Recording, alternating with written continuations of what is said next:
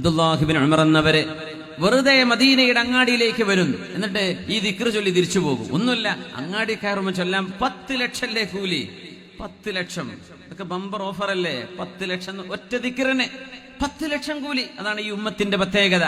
1000ഉം 1500ഉം കൊല്ലം ജീവിച്ച സമുദായങ്ങളുണ്ട്. നമുക്ക് അല്ലാഹു 80, 84, 70, 60ന്റെ ഇടയിൽ അപ്പോഴേക്കും ആ 1000 കൊല്ലം ജീവിച്ചവർ ചെയ്ത കർമ്മങ്ങളെ എത്തിപ്പിടിക്കാൻ നമുക്ക് അല്ലാഹു അവസരം തന്നു. അതല്ലേ അത്ഭുതം. 1000 കൊല്ലം ജീവിച്ചവര് ഇവിടുന്ന് പേർഷ്യയിലെത്താൻ അല്ലെങ്കിൽ ഗൾഫിലെത്താൻ ഒരുപക്ഷെ 4 മാസമോ 3 മാസമോ എടുത്തിരിക്കാം.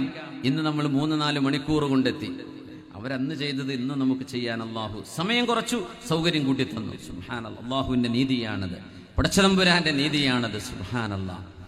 നോക്കണേ, ഇബ്നു സീരീൻ എന്നവര് അങ്ങാടിയിൽ ചെന്നിട്ട് ദിക്ർ ചൊല്ലുന്നു. എന്തിന്? ആളുകൾ അശ്രദ്ധമായിരിക്കുന്ന നേരമല്ലേ, ഞാൻ ആ ആളുകളുടെ അശ്രദ്ധയിൽ നിന്ന് അവരെ ഒന്ന് ഉണർത്തട്ടെ, ഒരു ദിക്റാവട്ടെ.